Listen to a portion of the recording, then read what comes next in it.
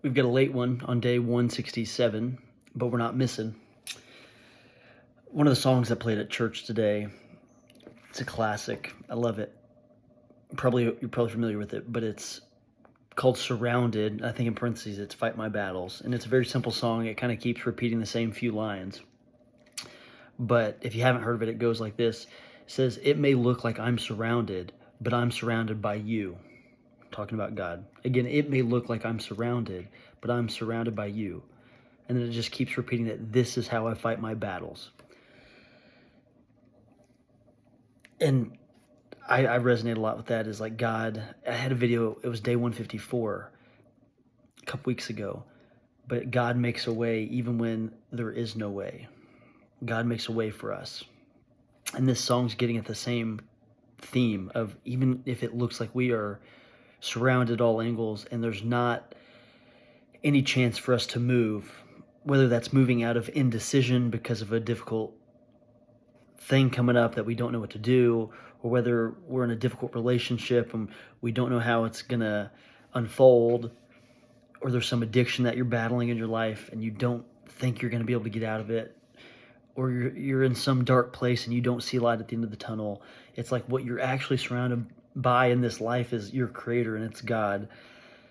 And it's a change of perspective when you accept that gift and you just lean into him. And it doesn't mean that you're all of a sudden going to have some epiphany and hear some audible voice.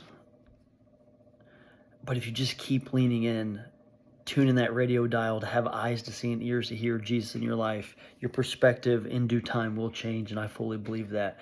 And I was looking up scripture that backed up this idea of it may look like I'm surrounded, but I'm surrounded by you, God. And that just kind of coincides with this entire song. And there's a lot of them out there, but I picked Exodus chapter 14, verses 13 and 14 today. And in Exodus, here it says, "Moses answered the people, 'Do not be afraid, stand firm, and you will see the deliverance the Lord will bring you today. The Egyptians you see today, you will never see again. The Lord will fight for you. You need only to be still.'" So again, the Lord will fight for you. You need only to be still. I've done another video in the past, just be still and know that I am God. It's another scripture that comes to mind.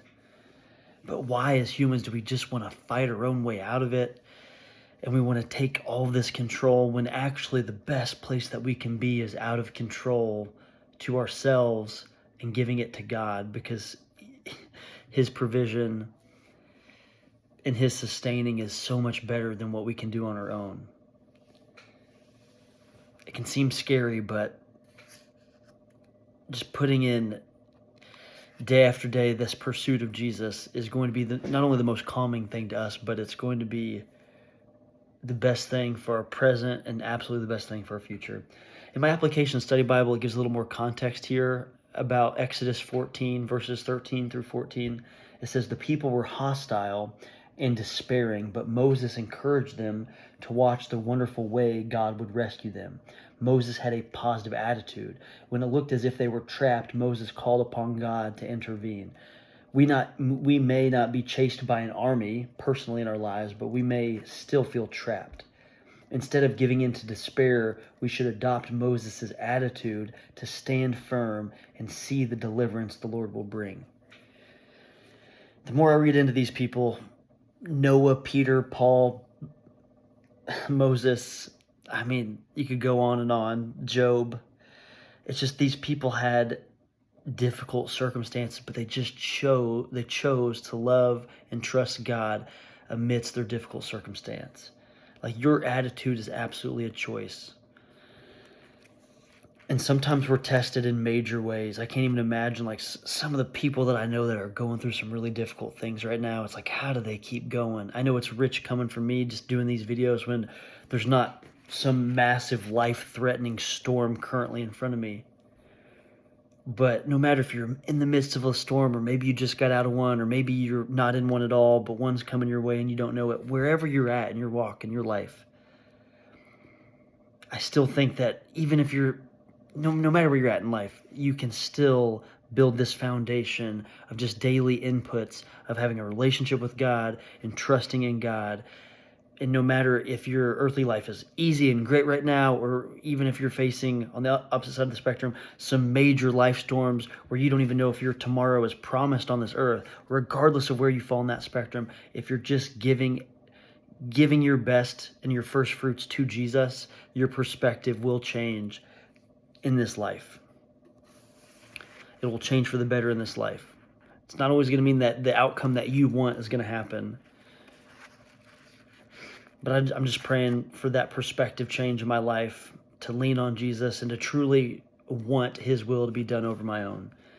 So again, it may look like we're surrounded in this season of life, but we're actually surrounded by God. And again, there in Exodus 13 through 14, the main part of that stuck out was, the Lord will fight for you. You need only to be still. Let's embody the attitude that Moses had and choose to stand firm and see the deliverance that the Lord will bring in our lives. That's day 167.